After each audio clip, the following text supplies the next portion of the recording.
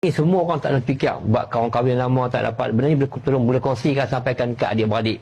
Bila kita keluar pada rumah jauh, pergi kedai ke, pergi market ke apa ke, bila sampai depan rumah, tolong jangan masuk rumah terus.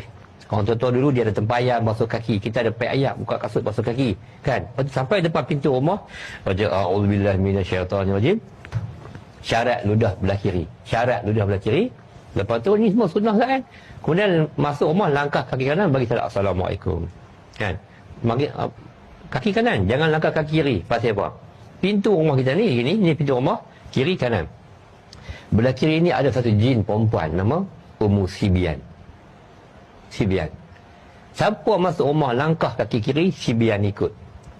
Sibian ikut. Dia pergi ke mana? Masuk rumah ke bilik ayam.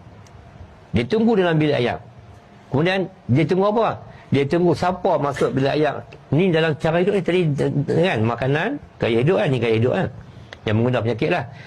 Dia tunggu siapa masuk bilik ayam, langkah kaki kanan.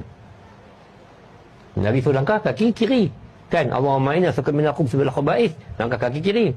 Barang siapa masuk bilik ayam, kan Sibian dah masuk tadi kan. Pasal ada orang masuk rumah kaki kiri kan. Siapa masuk bilik ayam, langkah kaki kanan, tak baca doa pelindung, Sibian dapat kuasai otak dia.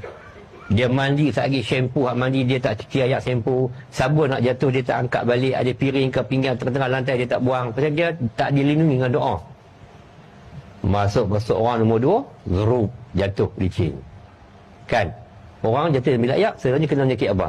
Mild stroke, lumpuh sebelah badan. Jatuh dalam bilik air bukan tinggi, tapi pasal apa lumpuh? Jatuh pokok nyok, tak. Jatuh bumbu rumah pasang dengan zinc, tak lumpuh. Jatuh aksiden yang tinggi, tak lumpuh. Kan? Kena dah main bola, jatuh golek, tak lumpuh. Tapi jatuh dalam bilik air terpolis itu ya, pasal apa lumpuh?